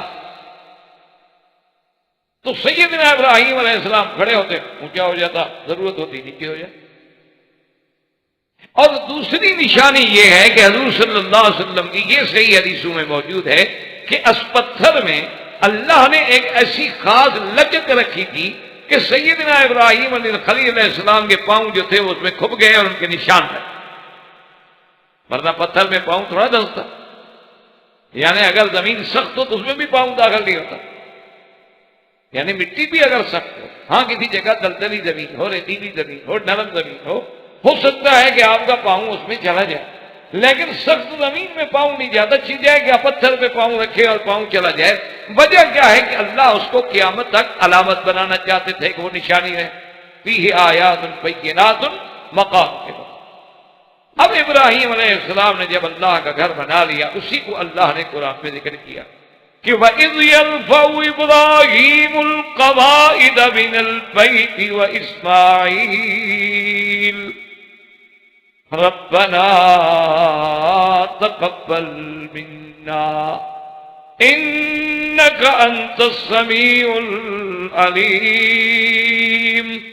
جب ابراہیم علیہ السلام اسماعیل مل کے اس قواعد اس کی بنیادیں اٹھا رہے تھے اور ساتھ دعا کر رہے تھے کہ ربنا تقبل منا، کہ اے پروردگار ہماری اس محنت کو قبول فرما. یہاں سے علماء نے مسئلہ لکھا کہ دیکھو کام کرنے والے اللہ کے نبی ہیں، ایک خلیل اللہ ہے ایک نبی ہے، اور کام بھی اللہ کا کر رہے ہیں. اللہ نے کہا کہ گھر بناؤ، اللہ کا گھر بنا رہے ہیں. اس کے باوجود بھی کہتے ہیں کہ ربنا تقبل منا، اے رب ہمارے قبول فرما. اس لیے علماء نے لکھا ہے کہ کوئی عمل کرو، نماز پڑھو، روزہ رکھو، حج کرو، زکات دو، دعا کرو کہ اللہ قبول فرمائے. کیوں؟ کیا پتا اس میں کوئی ایسی کوتاہی رہ جائے، اس میں ریا آ جائے، اس میں سمعت آ جائے، اس میں شہرت آ جائے، اس کے اندر کوئی دل میں گندا خیال آ جائے تو ساری عبادت، ساری محنت، ساری ریاضت جو ہے اللہ ٹھکرا دے. کیوں؟ وہ تو بادشاہ ہے. وہ چاہے تو ہماری ٹوٹی پھوٹی بات بھی قبول فرما لے اور چاہے تو بڑے سے بڑے ہم جناب فریاد کرتے رہیں اور نہ سنیں۔ اس لیے اللہ تبارک و تعالیٰ کے پیغمبروں نے اور ساتھ یہ بھی بتا دیا کہ انک انت السمیع العلیم، کہ دعاؤں کے سننے والا اور اپنے بندوں کے حال کو جاننے والا صرف تیری ذات ہے اور کوئی نہیں۔ میرا مولا تو سننے والا اور تو جاننے والا ہے، ہماری نیت کو بھی تو جاننے والا ہے کہ ہم خلوص سے تیرا گھر بنا رہے ہیں کہ نہیں بنا۔ تو جب سیدنا ابراہیم الخلیل علیہ السلام نے گھر بنایا تو اسی دور میں آپ کو حجر اسود کے بارے میں حکم ہوا کہ تلاش کریں، کیونکہ حجر اسود کے بارے میں صحیح روایات یہ ہیں کہ یہ حضرت آدم علیہ السلام کے ساتھ جنت سے لایا، اور جب حجر اسود آیا ہے جنت سے تو اتنی روشن تھا اور اتنی چمک تھی جیسے سورج میں چمک۔ حدیث مبارک میں آتا ہے کہ سب بدت ہو خطایا بنی آدم کے بیٹوں کے گناہوں نے اس کو سیاہ۔ اسی لیے آپ دیکھیں گے قیامت والا دن کافروں کے چہرے سیاہ، کیونکہ سب سے بڑا گناہ تو کفر و شرک ہے۔ اس سے بڑا گناہ کیا ہوگا؟ یوم تبیض وجوہ وتسود۔ اسی طرح گناہ جو ہے، معصیت جو ہے، اس کا دل پہ سیاہ نقطہ لگا۔ اسی طرح گناہوں کے اثرات، اسی طرح نیکی کے بھی اثرات ہیں۔ آپ نے دیکھا ہوگا کہ بعض لوگ بالکل سیاہ فام ہیں، سوڈانی ہیں، حبشی ہیں، افریقی ہیں، کسی ملک کے ہیں، بالکل سیاہ رنگ ہے، موٹے موٹے نقوش ہیں، لیکن کثرت ذکر سے اور کثرت عبادت سے اور اللہ تبارک و تعالیٰ کے ذکر سے ان کے چہرے پہ ایسی کشش ہوتی ہے کہ بندے کا دل کرتا ہے کہ میں اس کے پاس بیٹھوں۔ بعض آدمی بڑے خوبصورت ہوتے ہیں لیکن طبیعت میں نفرت آ جائے، یہ اللہ کی کوئی وجہ کیا اثرات ہے؟ دیکھو نا، کہیں آگ جلے تو گرمی تو آئے گی، اور کہیں اگر آپ جناب کوئی ایئر کنڈیشن چلائیں تو ٹھنڈک تو آئے گی، اتنی بات ہے، اثرات تو آئیں گے۔ تو اگر ان چھوٹی موٹی چیزوں کے اثرات آتے ہیں تو اللہ کے ذکر کے اثرات کیسے نہیں آتے؟ لیکن یہ چیزیں اصل میں پریکٹیکل ہیں، یہ کہنے سے نہیں سمجھتے۔ یہ آپ کو لاکھ ہم کہتے رہیں یا اور کوئی کہتا رہے سمجھ نہیں آئے گی۔ آپ یعنی کلمہ طیبہ جو ہے لا الہ الا اللہ، یا صرف لفظ اللہ، اس میں ذات جو ہے، اس کا ذرا 8-10 دن اکیلے بیٹھ کے ذرا ذکر کر کے دیکھیں کہ، اور اس کے بعد پھر مجھے بتائیں کہ طبیعت میں کتنی حدت اور شدت اور کتنی گرمی پیدا ہوئی ہے۔ ابھی آپ کو کوئی کہہ رہی یار اللہ اللہ کرنے سے، یار کیا گرمی ہوگی، مولوی عجیب آدمی کیا کہہ رہا ہے، پتہ دماغ ٹھکانے بھی ہے یا آج کوئی پرزہ ڈھیلا ہو گیا ہے۔ لیکن میں تو آپ کو تجربے کی دعوت کر رہا ہوں، میں آپ کو مسئلہ نہیں بتا رہا۔ اللہ کے بڑے مزے، لیکن جو آ کے چکھ لے، یہ چکھنے کی چیزیں ہیں۔ اب سامنے ایک میٹھی چیز رکھی ہو، میں لاکھ تعریف کروں، کیسے پتہ؟ جب تک آپ چکھیں گے نہیں تو کیسے فیصلہ ہو؟ تو یہ جب اللہ تبارک و تعالیٰ کے ذکر کی، اللہ والے ضرب لگاتے ہیں نا اس دل پر جو گندگی اور گناہوں سے بھرا ہوا ہے، اور اس کی جب کثرت ہوتی ہے، اور اس کا یعنی ایسے لوگ تو اب بھی موجود ہیں جو 1 لاکھ 1.5 لاکھ 2 لاکھ کا ذکر روز کر لیتے ہیں، اور پھر جب اس میں اور ترقیاں ہوتی ہیں تو پھر مدارج ہی اور ہیں۔ لیکن آپ صرف 8 دن کر کے تجربہ کر دیکھیں، پھر دیکھیں کیا حال ہے۔ آپ جناب ایسے یکدم یعنی ایسے پریشان ہو جائیں گے کہ 4 ایئر کنڈیشن کمرے میں لگائیں تو آپ کہیں گے اب بھی گرمی ہو رہی۔ کیوں؟ اللہ کے ذات ہے، اس میں ذات ہے، اس کے اثرات ہے، جلالہ ہے، جل جلالہ، جل شانہ، عز برہانہ۔ جو لوگ محسوس کرتے ہیں آپ کعبۃ اللہ میں جائیں تو عظیم ایک اللہ کے جلال اور عظمت، اور اگر مدینہ منورہ میں جائیں تو آپ کو ایک جمال محسوس ہوگا۔ اچھا، وہی لوگوں میں بھی اثر ہے۔ مدینہ منورہ کا جو اصل آدمی ہوگا نا، جو مدنی النسل ہوگا اور مدنی الاصل ہوگا، وہ کبھی آپ سے ناراض نہیں ہوگا، بڑے پیار سے بات کرے گا۔ اور جو یہاں کا اصل ہوگا نا، جو ایسے بات کرے کہ اس کا براہ راست اللہ سے تعلق ہے، تمہیں سمجھتا کیا ہے؟ اس سے بات کرو تو معلوم ہوگا کہ بالکل غصہ تو اس کے ناک میں رکھا ہو۔ یہ کچھ اثرات ہوتے ہیں، اور یہ باتیں کہنے سے نہیں آتی بلکہ عملی تجربے سے۔ تو سیدنا ابراہیم علیہ السلام کو حکم دیا گیا کہ حجر اسود کو ڈھونڈیں۔ تو روایات میں آتا ہے کہ یہ جو ساتھ جبل ابی قبیس ہے، اسی پر اللہ نے اس کو محفوظ کر دیا تھا۔ اب سیدنا ابراہیم اور اسماعیل علیہ السلام ڈھونڈ رہے ہیں، کیسے ڈھونڈیں، کیا پتہ لگے بھی جب حاضر اسود کون سا ہے، آواز آئی کہ بھی میں تو ادھر ہوں، کہاں ڈھونڈ رہے ہیں؟ اور بعض روایات میں ہے کہ جبریل علیہ السلام کو حکم ہوا، وہ اس وقت بھی ہند میں موجود تھا حضرت آدم علیہ السلام کے ساتھ، وہیں سے اس کو لایا گیا اور حضرت ابراہیم علیہ السلام کو پہنچایا گیا، اور حضرت ابراہیم علیہ السلام نے حجر اسود کو اسی کونے میں رکھا۔ یہ سب اللہ کے حکم۔ اور سیدنا ابراہیم علیہ السلام نے جب اس گھر کو بنا لیا، جب یہ گھر مکمل ہو گیا، اس کے بعد اللہ تبارک و تعالیٰ نے انہیں حکم دیا کہ ابراہیم الخلیل اب اعلان کر دو اور خبر کر دو پورے عالم کو کہ میں اللہ کا گھر بن گیا ہے اور اللہ کے گھر میں حج کے لیے آؤ۔ تو سیدنا ابراہیم الخلیل نے عرض کیا کہ مولا کریم، میں اگر یہاں کھڑے ہو کے آواز دوں گا تو میری آواز کون سنے گا؟ یہ تو ایسی ایک چھوٹی سی آبادی ہے، اور کہاں تک میری آواز جائے؟ آج جدید سائنس کو بڑا ناز ہے نا کہ جی ہم نے دیکھو ٹیلی فون کے ذریعے، موبائل کے ذریعے، ہم نے ڈش کے ذریعے، ہم نے سمندر کی لہروں کے ذریعے، ہم نے فضاؤں کے ذریعے دیکھو کہاں کی آوازیں کہاں پہنچا دی ہیں۔ تو یہ تو سارے اسباب ہیں۔ آج اگر تمہارا ایک اسٹیشن فیل ہو جائے، آج راستے میں تمہارا کوئی ایک راڈار کام چھوڑ دے، آج راستے میں تمہارا لگا ہوا کوئی ایک ٹاور جو ہے وہ کام کرنا چھوڑ دے، تو سارے سلسلے ختم، وہ تو محتاج ہے۔ اسی لیے تو جدید ملکوں میں بھی آپ دیکھیں گے جب بارش آتی ہے تو سارے سسٹم جو ہے ان کے طرف ہو جاتے، کچھ ہی نہیں کر سکتے، کیا کریں؟ کوئی نظام۔ اچھا، وہ جن کو محکمہ موسمیات 8 دن پہلے بتلا رہے ہوتے ہیں کہ آنے والے ویک میں یہ ہوگا اور یہ ہوگا اور یہ ہوگا اور یہ ہوگا، ان کی اتنے معلومات کے باوجود یہ عالم ہوتا ہے کہ پوری ریاستیں طوفان میں ڈوب جاتی ہیں، لوگ مر رہے ہیں، ڈوب رہے ہیں، کچھ نہیں کر سکتے۔ لیکن اللہ نے حکم دیا کہ خلیل میرا حکم ہے، پکارنا تمہارا کام ہے، آواز کا پہنچانا تو یہ تو ہمارے ذمہ ہے، آپ کے ذمہ تو نہیں۔ وَأَذِّن فِي النَّاسِ بِالْحَجِّ يَأْتُوكَ رِجَالًا وَعَلَىٰ كُلِّ ضَامِرٍ يَأْتِينَ مِنْ كُلِّ فَجٍّ عَمِيقٍ لِيَشْهَدُوا مَنَافِعَ لَهُمْ۔ اللہ نے فرمایا اعلان کرو لوگوں میں۔ سیدنا خلیل نے آواز دی۔ مفسرین کرام نے لکھا ہے کہ مختلف روایات سے یہ بات ملتی ہے کہ آپ کی آواز کو اللہ نے ایسی برکت دی کہ شرقاً غرباً شمالاً جنوباً، بلکہ وہ بچے جو ابھی ماں کے بطن میں تھے وہاں بھی اللہ نے آواز پہنچائی، اور سب نے جواب میں کہا لبیک اللہم لبیک لبیک لا شریک لک لبیک۔ اور یہ بات بھی کتابوں میں موجود ہے کہ جس نے ندائے خلیل پہ ایک دفعہ کہا لبیک، اللہ نے ایک حج نصیب کر دیا، جس نے 2 دفعہ کہا 2 دفعہ نصیب ہوا، جس نے 100 دفعہ کہا اللہ نے اس کو 100 دفعہ نصیب کر دیا۔ آپ دیکھیں تصور میں نہیں ہوتا آدمی کے اللہ یہاں بھیج دیتے حج کر رہا ہے مزے سے، تصور میں بھی نہیں ہوتا بندے کے یعنی کہ میں کبھی حج کر سکوں گا، لیکن اللہ بلا کے مکے بٹھا جب آؤ جی بیٹھو مزے۔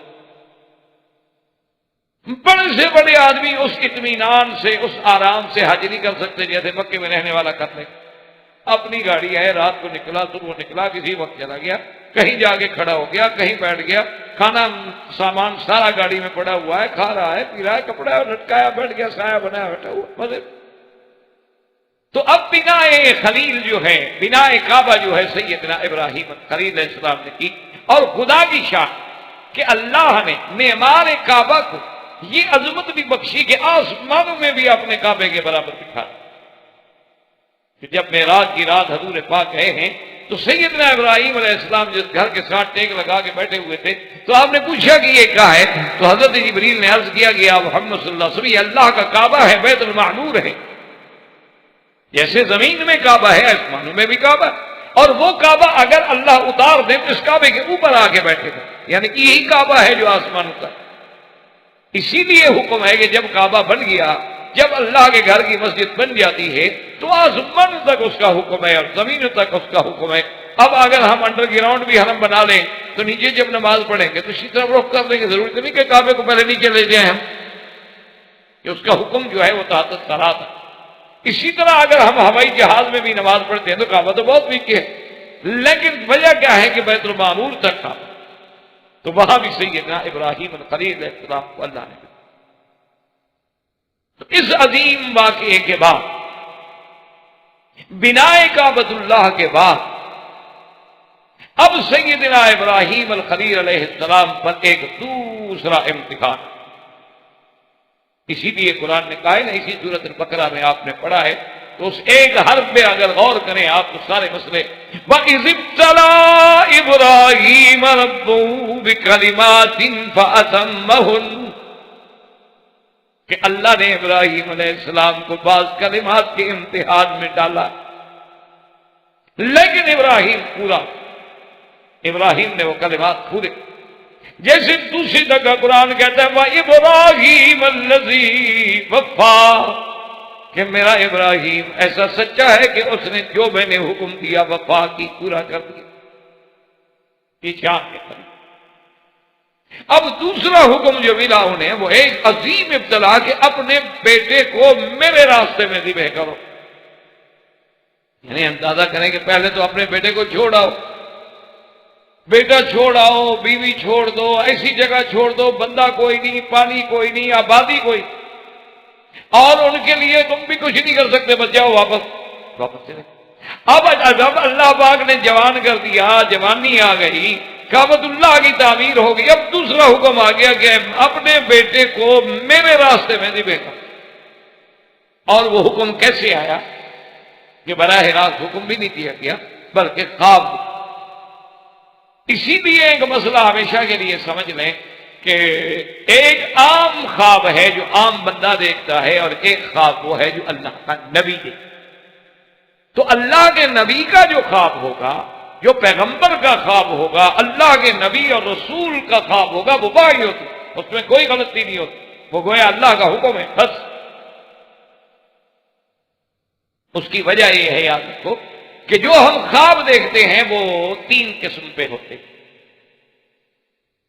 ایک تو یہ ہوتا ہے کہ جو دن میں ہم باتیں کرتے رہے، کسی کام میں الجھے رہے، کوئی پریشانی تھی یا کوئی خوشی تھی یا غمی تھی، وہی رات کو وہی ہمارے لاشعور سے شعور میں آتی رہی، وہی چیزیں ہمارے سامنے دوڑتی رہیں۔ ایک تو یہ چیز ہوتی، اور ایک خواب ہوتے ہیں کہ شیطان ہمیں ڈراتا ہے، اور ایک خواب جو ہے وہ رحمانی ہوتے ہیں جو اللہ کی طرف سے دلوں میں ڈالے جاتے ہیں۔ ان کی ظاہری علامات یہ ہیں، مثلا آپ جو دن میں ایک موضوع میں، ایک تقریر میں، ایک بات میں تھے، اور رات کو آپ سے دیکھ رہے ہیں کہ مسجد ہے اور وہاں ساتھی بیٹھے ہیں، تو وہی بات دماغ میں آ رہی ہے جو لاشعور میں تھی، کوئی نئی بات نہیں۔ اور ایک ہے کہ شیطان ڈرا رہا ہے، وہ کبھی جانور بن کے، کبھی سانپ بن کے، کبھی کوئی چیز بن کے، کبھی کوئی چیز بن کے۔ اس کا علاج بھی حضور نے بتلا دیا کہ بائیں طرف 3 دفعہ تھوک دیں اس کی حکارت کے لیے، اور 3 دفعہ پڑھیں لا حول ولا قوت الا باللہ العلی العظیم، اور کروٹ بدل لیں اور سو جائیں، اور کسی کو اس خواب کا ذکر نہ کریں، آپ کو کوئی نقصان نہیں۔ اور بعض خواب ایسے ہوتے ہیں جو رحمانی ہوتے ہیں، اس کی علامت یہ ہے کہ بندہ نماز پڑھ کے سویا ہے، تہجد کا وقت ہے، رات کا آخری پہر ہے، اور یہ عین اللہ کے نزول رحمت کا وقت ہے، اور اس وقت ایک بندہ خواب دیکھ رہا۔ اچھا یہ بھی یاد رکھے کہ جتنے صالحین ہوتے ہیں، جتنے اللہ والے لوگ ہوتے ہیں، چونکہ وہ باوضو سوتے ہیں، اللہ کا ذکر کر کے سوتے ہیں، تو ان کے خواب زیادہ قریب سچے ہوتے ہیں، کیونکہ خواب جو ہے یہ بھی ایک جز ہے نبوت۔ اچھا اب جہاں پیغمبر کا مسئلہ، تو اللہ کے نبی کو تو شیطان دخل دے نہیں سکتا، تو اب لا محالہ ان کا تعلق رحمان سے ہوا، تو ان کے دماغ میں جو بات ڈالیں گے تو رحمان ڈالیں گے، جب رحمان ڈالیں گے تو وحی ہوگی۔ اس لیے نبی کا خواب بمنزل وحی ہمیں کیا ہے، یعنی کیا مطلب، آج اگر کوئی اللہ کا ولی خواب دیکھے کہ اپنے بیٹے کو ذبح کر دو، تو اس کا مطلب یہ نہیں کہ وہ ذبح کر دو، اس کا خواب وحی اللہ کا حکم نہیں، اس کا مطلب یہ ہوگا کہ تم کوئی خیرات کرو۔ لیکن اللہ کا نبی اگر دیکھے وہ، تو اس کا مطلب ہے کہ اللہ کا حکم ہے۔ تو اللہ تبارک و تعالیٰ نے سیدنا ابراہیم علیہ السلام کو خواب میں دکھلایا، اور جب خواب میں حکم ہوا تو اس کے بعد سیدنا ابراہیم علیہ السلام، بعض روایات میں یہ بھی آتا ہے کہ آپ نے یہی خواب جو ہے 3 دفعہ دیکھا، اور دیکھ رہے ہیں کہ میرے ہاتھ میں چھری ہے اور میں نے اپنے بیٹے کو لٹایا ہوا ہے اور اس کو ذبح۔ اور اسی ضمن میں آپ حضرات یہ بات بھی یاد رکھ لیں کہ ایک بڑا اختلافی مسئلہ ہے کہ ذبیح کون ہیں، یعنی جو اللہ کے راستے میں قربان ہوئے وہ ابراہیم علیہ السلام کا کون سا بیٹا ہے، تو اس میں اختلاف ہے۔ بعض علماء کہتے ہیں سیدنا اسماعیل علیہ السلام ہے اور بعض کہتے ہیں سیدنا اسحاق۔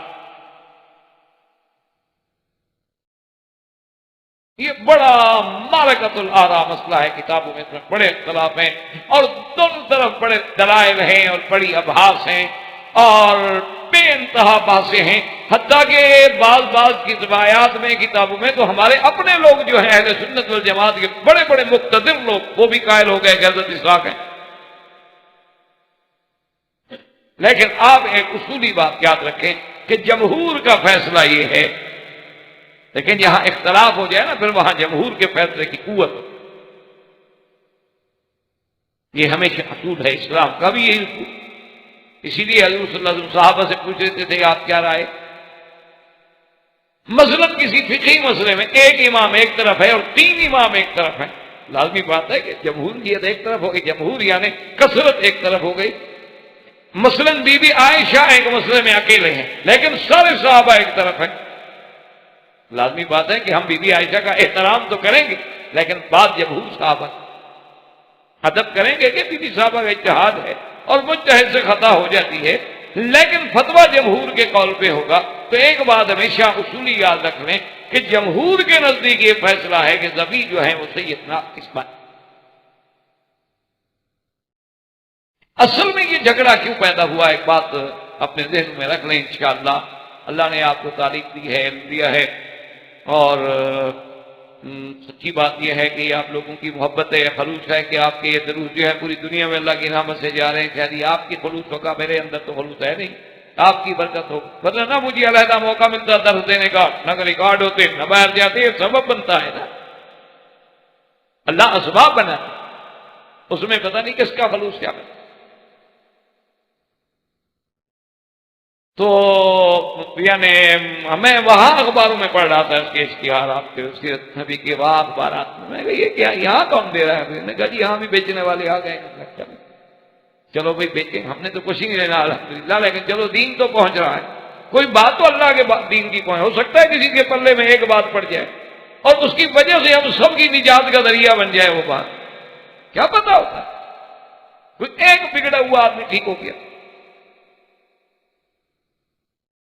اب جناب یہ ہے کہ اپنا یاد رکھیں یہ وجہ بھی کیا بنی، یہ بھی دراصل یہودیوں کے ساتھ کہ یہودی جو ہیں وہ حضرت یعقوب علیہ السلام کو مانتے ہیں، کیونکہ حضرت یعقوب بھی تو اسرائیل ہے نا، انہی کا نام اسرائیل ہے، اور ابراہیم علیہ السلام کی اولادیں حضرت اسحاق، حضرت اسحاق کی اولادیں حضرت یعقوب، حضرت یعقوب وہی حضرت اسرائیل، پھر آگے سارے بنو اسرائیل جو ہیں ان سے ہیں۔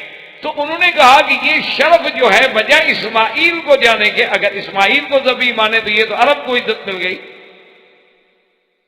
یہ تو پھر شرف عرب کو ملا، بنو اسرائیل کو تو نہ ملا۔ تو انہوں نے روایات کو گڑبڑ کر دیا، انہوں نے کہا کہ نہیں یہ اسحاق۔ اسی لیے حضرت عمر بن عبدالعزیز کے زمانے میں انہیں جب پتا چلا کہ فلاں ایک یہودی عالم جو ہے وہ مسلمان ہو گیا ہے تو آپ نے فوراً اس کو بلایا،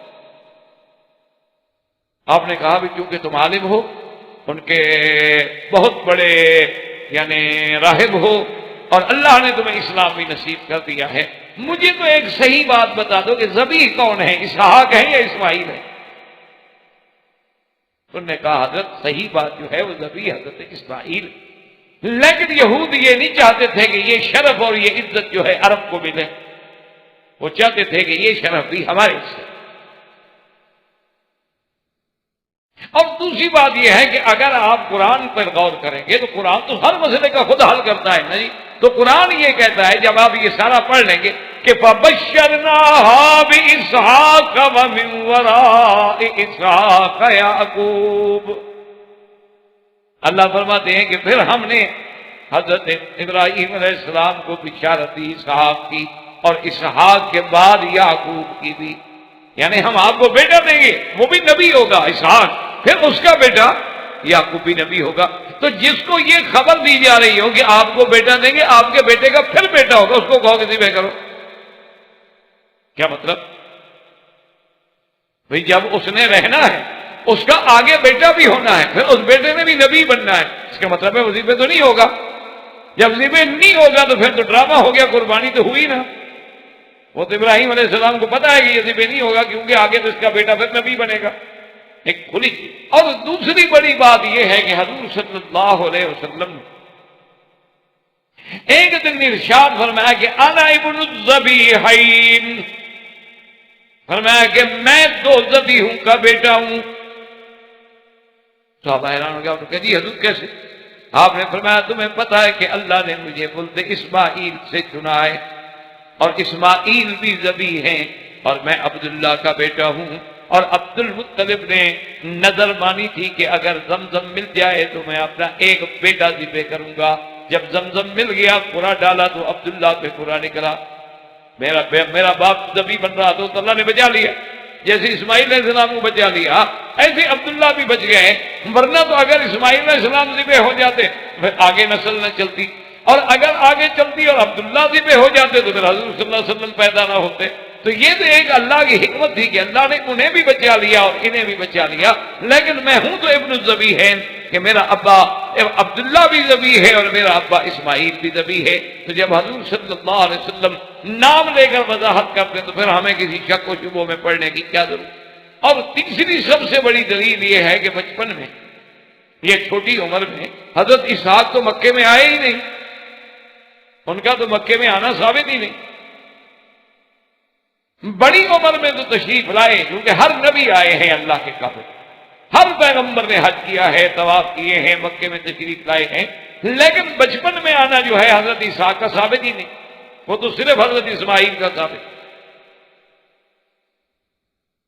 اور یہ بھی حضور صلی اللہ علیہ وسلم کی روایات سے ثابت ہے کہ رحم اللہ ام اسماعیل، اللہ اسماعیل کی اماں بھی رحمت فرمائیں کہ اگر وہ زمزم کو نہ روکتی تو ایک نہر معین بن جاتی پوری دنیا میں۔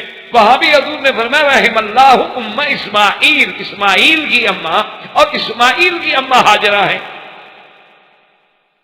اس لیے یاد رکھیں کہ یہ سارے دلائل اور جمہور کا فیصلہ اسی طرف ہے کہ ذبیح جو ہے وہ سیدنا اسماعیل علیہ السلام ہے۔ اللہ نے خواب میں حکم دیا حضرت ابراہیم علیہ السلام کو، حضرت ابراہیم علیہ السلام لے کے آپ اپنے بیٹے کو لے چت پڑے۔ بڑا تفصیل سے واقعہ ہے جس کو اللہ نے خود قرآن میں،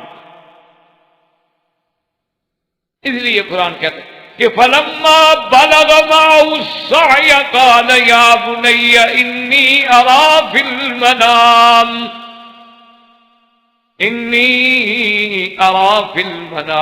أَنِّي أَذْبَحُكَ فَانظُرْ مَاذَا تَرَىٰ۔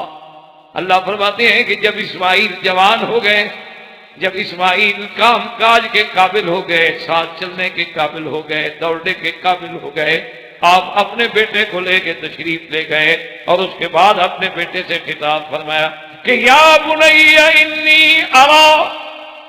انی ارا فی المنام انی اذبحک، مجھے خواب دکھلایا گیا ہے، صاف پتہ کہ میرے بیٹے مجھے خواب میں یہ دکھایا کہ انی اذبحک، میں تمہیں ذبح کر رہا ہوں، فانظر ماذا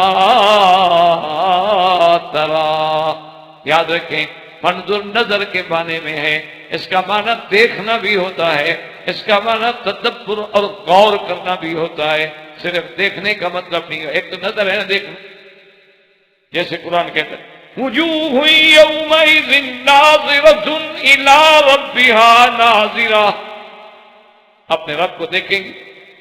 اور ایک قرآن کہتا ہے افلا ينظرون الى الابل کیف خلقت، اور دوسری جگہ قرآن کہتا ہے فلینظر الانسان مما خلق، اور تیسری جگہ کہتا ہے فلینظر الانسان الى طعامه انا صببنا الماء صبا، اور کہیں قرآن کہتا ہے اولم ینظروا، کیا تم تدبر نہیں کرتے، غور نہیں کرتے، دیکھتے نہیں؟ تو اس لیے قرآن پاک نے یہاں یہ کہا کہ حضرت ابراہیم نے اپنے بیٹے سے کہا کہ فانظر ماذا تری، کہ اب میرے بیٹے آپ غور کریں، تدبر کریں، سوچ کے مجھے بتائیں آپ کیا جانتے ہیں، آپ کی کیا رائے ہے اس مسئلے میں۔ کیونکہ حضرت ابراہیم الخلیل علیہ السلام یہ نہیں چاہتے تھے کہ قہرن اپنے بیٹے کو ذبح کر دیں۔ فرمایا یہ کوئی بات تو نہ ہوئی، بہتر ہے کہ میں آپ کی رائے لیں، اور آگے تو نبی کا بیٹا ہے، ہمارا بیٹا تو انبیاء۔ اللہ کیا پیارا جواب دیا ہے اللہ کے قرآن میں، غور کر۔ قال یا ابت افعل ما تؤمر، کہ ابا جان آپ کریں جو آپ کو حکم دیا گیا۔ دیکھو بیٹا، باپ تو کہتا ہے میں نے خواب دیکھا، لیکن بیٹا کہتا ہے ابا جان آپ وہ کریں جو حکم، سمجھ جائیں کہ خواب جو ہے اللہ کا حکم ہے، خواب نہیں۔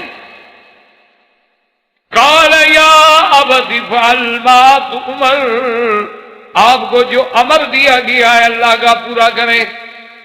ستجدنی انشاء اللہ، ستجدنی انشاء اللہ من الصابرین، اور ابا انشاءاللہ اللہ نے چاہا تو مجھے بھی اس امتحان میں صبر کرنے والا پاؤ گے، فکر نہ کرو، غم نہ کریں۔ اسی لیے علامہ اقبال نے کیا بڑی پیاری بات، وہ کہتے ہیں یہ فیضان نظر تھا، یہ فیضان نظر تھا، یا کہ مکتب کی کرامت تھی، سکھائے کس نے اسماعیل کو آداب فرزندی۔ یہ ہے نا مقام کے بعد کہتا ذبح کرنا، کہتے حاضر، ٹھیک ہے، اگر آپ ذبح کرنے پہ تیار ہیں تو میں بھی ذبح ہونے پہ تیار ہوں۔ ستجدنی انشاء اللہ، انشاء اللہ من الصابرین۔ لیکن کتابوں میں آتا ہے کہ سیدنا اسماعیل نے عرض کیا کہ ابا جان میری کچھ خواہشیں ہیں، ایک تو مہربانی کر کے مجھے سجدے کی حالت میں لٹا دیں تاکہ میرے چہرے پہ نظر نہ پڑے آپ کی، اللہ کے حکم میں کہیں دیر نہ ہو جائے، اور دوسرا میری شہادت کے بعد میرا خون آلود کپڑے جو ہیں میری والدہ تک پہنچا دیے جائیں۔ بعد مفسرین نے کہا کہ میرے گھر والوں کو دے دیے جائیں۔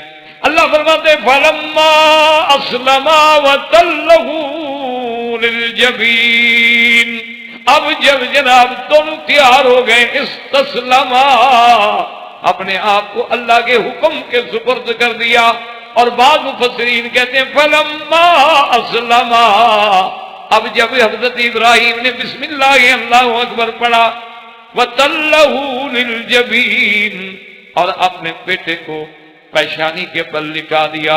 آپ ذرا اندازہ کریں اس دور پہ، اس وقت پہ کیا کیفیت ہوگی کہ باپ اپنے بیٹے کو لٹا کے اپنے ہاتھ سے ذبح کرنے پہ تیار کھڑا ہو۔ کہہ دینا تو بڑا آسان ہے، کہہ دینا بڑا، لیکن کرنا جو ہے وہ بڑا۔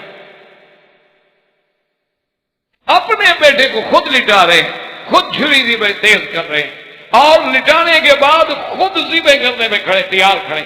اس لیے قرآن خود کہتا ہے کہ فَلَمَّا أَسْلَمَا وَتَلَّهُ لِلْجَبِينِ، اب جب لٹا دیا چھری چلا، اب جناب چھری نہیں چلتی۔ ابراہیم علیہ السلام نے پھر زور لگا، چھری چلا، چھری پھر نہیں چلتی۔ حضرت اسماعیل علیہ السلام نے کہا کہ ابا میاں کیا کر رہے ہیں، چھری چلائیں، بس بات ختم ہو، امتحان اللہ کا پورا ہو جائے۔ انہوں نے کہا بیٹا میں تو چلا رہا ہوں، چھری نہیں چلتی۔ کہا اچھا بیٹا ایسا کریں کہ اس کی نوک رکھ لیں، ہو سکتا ہے کہ چھری کا منہ ذرا تیز نہ رہا ہو، اس پر بوجھ دیں۔ لیکن مفسرین نے لکھا ہے اور بعض روایات میں موجود ہے کہ اللہ نے حکم دیا جبریل کو کہ ایک پیتل کی پلیٹ جو ہے نا وہ بالکل اسماعیل کی گردن کے مطابق وہ ذرا اوپر چڑھا دیں، زور لگانے دیں، ہم ذبح تو نہیں ہونے دیتے۔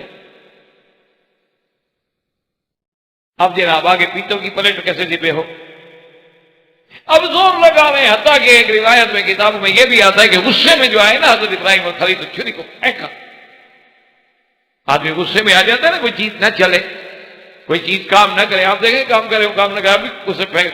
ابراہیم علیہ السلام نے بھی غصے سے چھری کو پھینکا تو چھری نے آواز دی اللہ کے حکم سے کہ ابراہیم الخلیل کیوں غصہ کر رہے ہو، مجھ پہ کیوں غصہ کر رہے ہو؟ آپ کہتے ہیں ایک دعی کہ ذبح کر چل، اور مجھے میرا خالق کہتا ہے کہ نہ چل، بتلاؤ میں کس کا حکم مانوں، میرے اوپر کیوں غصہ کر رہے ہو؟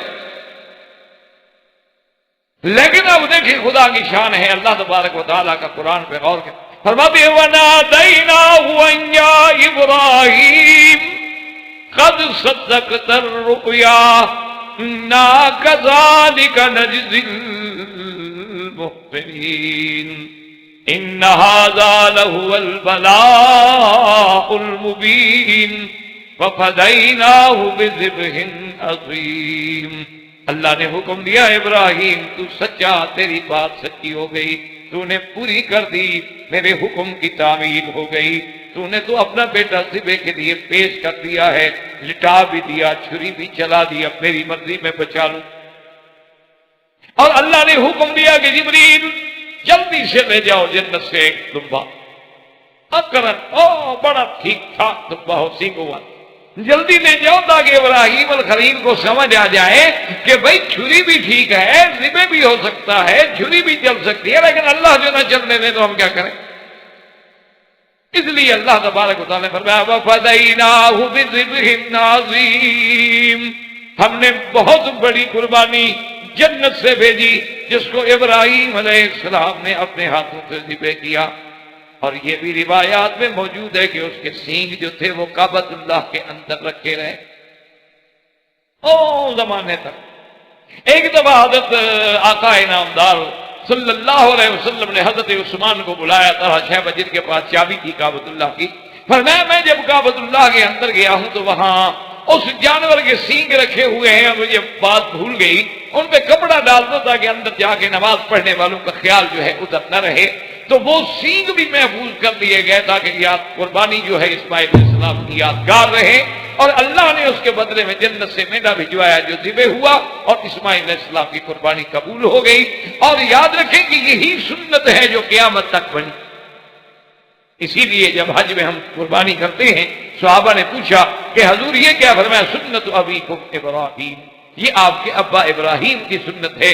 اللہ اس منظر کو ایسا قبول فرمایا ہے کہ وہ قیامت تک زندہ رکھنا چاہتا۔